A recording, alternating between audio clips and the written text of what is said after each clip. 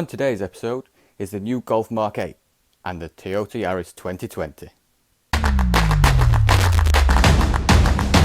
Golf, as the old saying goes, is a good walk, spoiled. The new Golf GTI is a very good car, and yet by letting the interior design team go on a boozy night out with some horrendous tech marketing hoorahs about 18 months ago, VW has come frightfully close to ruining it inside. Yeah, you get tartan. As standard, the GTI Mark 8's bolstered seats are attractive in the traditional plaid of house GTI, but albeit a fairly monochrome one. But the comfy one-piece chairs are more supportive than before, and yes, in the manual there's a dimpled golf ball gear knob. Those kitsch throwback touches are welcome in the Mark 8 because this interior is that rarest of all qualities for a Golf, a pain in the arse. VW is heavily pushing it as all digital. GTIs that are UK bound house a pair of digital instrument displays. One is behind the steering wheel and a main 10-inch infotainment touchscreen on top of the air vents, which has the nav, smartphone interactivity and more menus than your kitchen drawer. Heated seats, aircon power, they're all on the screen too. So, why has VW gone to all the trouble of making the new GTI slide more in ESC Sport mode and yet braid that on menu 6 in the f***ing monitor? It's a good job the ride is so composed.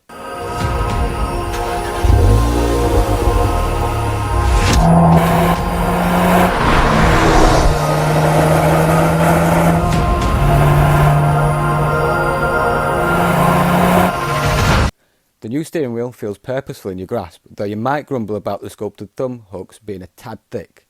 There's also 19 buttons which are glossy plastic with touch sensitive feedback. They're fucking dreadful. Setting the cruise control or cycling through radio stations has now become a chore. So please VW, please put some proper buttons back in the GTI. It's ironic that the interior is so try-hard because the Mark 8 GTI's mechanical engineering is last night's takeaway for tomorrow's dinner. You see, the latest Golf Mark 8 is based on the same MQB chassis foundations as the Mark 7. This new GTI uses an evolution of the same EA888 2-litre 4-cylinder turbo engine. It has sprouted higher pressure fuel injectors but still chucks out 242 brake horsepower. It's still front-wheel drive and there's still a standard 6-speed manual gearbox or an optional 7-speed paddle shift DSG. But it's hardly Christmas, is it? What is new is the GTI's image. Doesn't look like the politely spoken, well-turned-out older brother anymore though, does it? The honeycomb grille is wider and features dubious LED running lights set into the plastic pattern. There's even an LED strip light that illuminates across the whole nose. Fussy rims too. And out back the twin tailpipes have been pushed further apart for a more planted stance, and the GTI badges are bigger. All of a sudden, a Focus ST or BMW M135i is a more subtle choice. The new GTI tries to justify all that swagger with brains. VW's been working on a new computer which, of course, has a serious German name, VDM, or Vehicle Dynamics Manager. Basically, the GTI houses a sort of AI network that'll monitor engine revs, how much traction the tyres have, your steering wheel angle, what gear you're in, the electronic front differential, and if you've ticked the box, the optional adaptive suspension. All at the same time. The result is easily the most capable GTI we've ever had, but it feels cheekier, not computer controlled. Because there's now a standard front diff and a sliding scale of suspension stiffness, the engineers have toughened up the rear suspension and worked to eradicate understeer. The steering feels faster, but that's a carryover too. This time, when you aim the GTI into a bend, the nose just bites harder. It's more accurate and poised, but because it's more trustworthy, it's also more agile and gone to game to mess about when provoked. Clever trick that is. Is 242 brake horsepower enough though? Sure, if you're happy with a quick car and not a face rippler.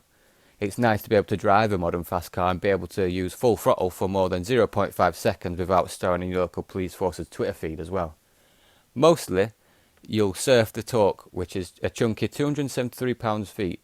That's on tap from 1,600 revs right up to 4,300 RPM. There's a second of turbo lag in every gear, but then the GTI just hauls without wheel spin. One of the good GTIs then. To drive, it is definitely, but rivals won't expect it to hang on in their mirrors this tenaciously, but they won't have expected to outgolf it for interior common sense either. So, let's get down to the numbers. The car we have here is a 2-litre 4-cylinder engine, and it has 242 brake horsepower.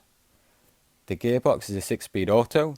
It does 0 to 62 in 6.7 seconds, and it does 35 miles per gallon. Now the most important one, it should be priced around about an estimated £34,000 to buy this car, which is pretty much standard for any of the new Golf GTIs.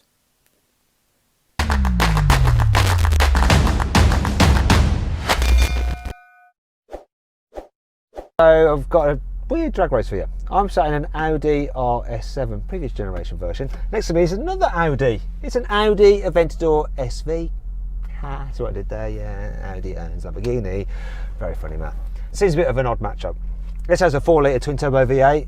It's been tuned to 700 horsepower. More interesting is the fact that it's got 1,000 Newton meters of torque, which is quite a lot of torque. It's a 4-wheel drive, obviously. You've got an 8-speed automatic gearbox, and it's heavy. 1,930 kilos.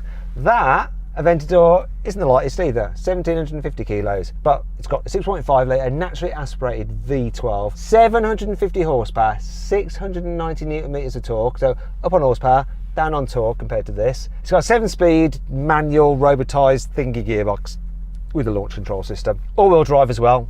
Obviously, of course it is, it's an Audi. They're all-wheel drive, aren't they, the performance ones?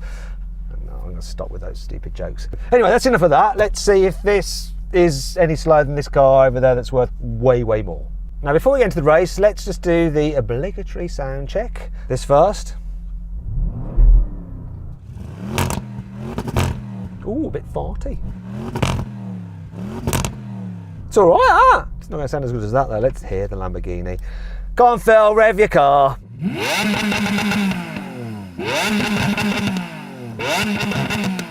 I think I lost that competition. Let's hope I can do better in the drag race. Let's do it.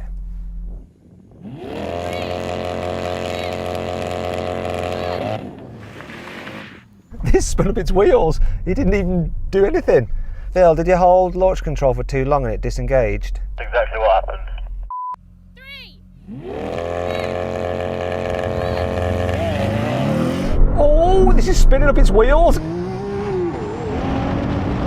Come on! I drove that Lamborghini! Wasn't expecting this. I don't think he was either. Destroyed him. He's coming back now though.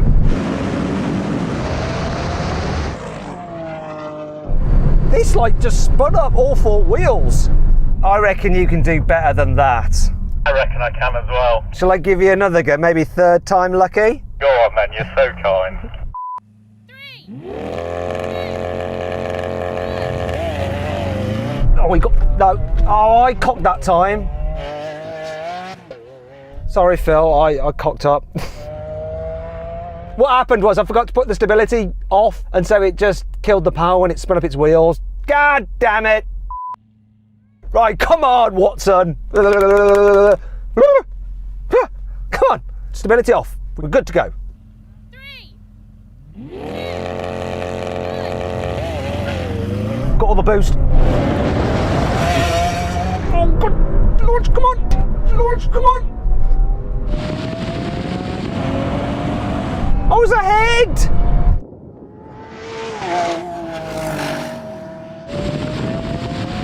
Oh. The gear change on this just didn't change from 1st to 2nd. It did the time when you didn't manage to launch, but that time it didn't. It just went, and that's when you went ahead. Let's do another one. If it does it this time, it's the car's fault. At least we've both done 2 crap goes, then it's fair. 3. Oh, good start. Oh, come on! Spinning up its wheels, come on! Come on! This is the decider! Oh, he's coming back now! Come on, please, come on! No!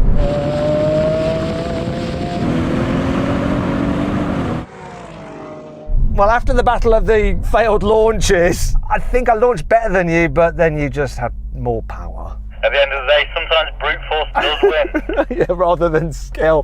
Mine wasn't much skill, I just lifted off the brake, to be fair. Finally, we got there, didn't we?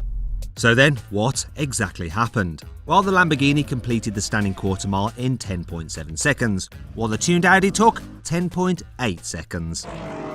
Now we're going to have a rolling race, 50 miles an hour, the car's in comfort and automatic mode. I'm going to count it in, we're going to see what happens. Come on Lamborghini, you ready? 3, 2, 1, go! Kick down. Hell yeah! Oh no! Oh!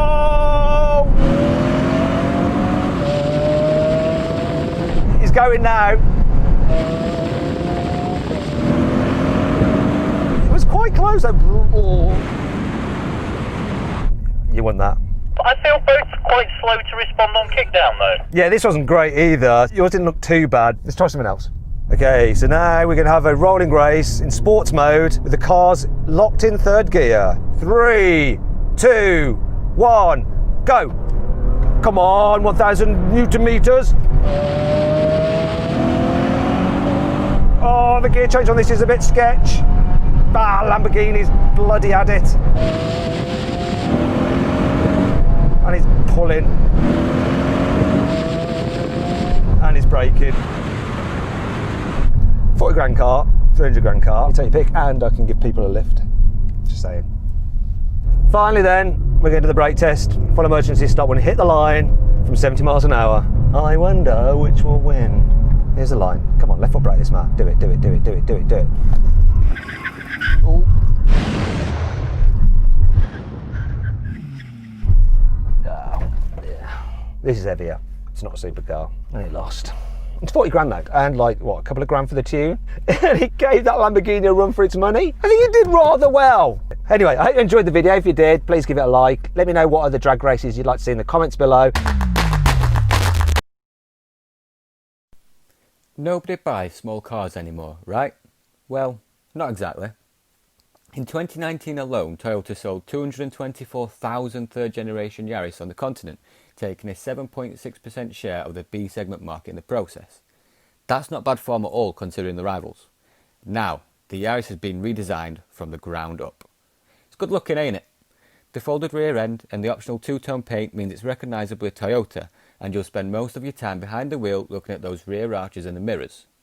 It's based on an all-new compact car platform known as a GAB, which has allowed Toyota to make it 5mm shorter than the outgoing model, though the wheelbase has grown by 50mm and the whole car is 50mm wider and 40mm lower. That also means the old Yaris seating position, which was presumably inspired by the Routemaster, is no longer there. Here you sit 60mm further back compared to the previous generation, and the hip point is over 20mm lower too. Propping up the range is a base spec Icon trim, which starts at £19,910, but even that's decently equipped, with a smaller 7-inch touchscreen, reversing cameras and Apple CarPlay and Android Auto compatibility. It's a far more grown-up interior all round, with a modern design, easy-to-use climate control buttons and an optional 10-inch HUD, or hood. The only letdowns are the cheap plastics, the lack of rear headroom and the difficult-to-read digital dials. Whilst the trim levels and option packs are plentiful, here in the UK we'll only get one powertrain. It's a 1.5 litre 3-cylinder connected to a small lithium-ion battery and an electric motor. Total output to the front wheels is 114 brake horsepower and 89 pounds-feet of torque. Now, that may not sound like much, but the Yaris only weighs a little over a tonne, so it manages a respectable 0 to 62 mph time of 9.7 seconds.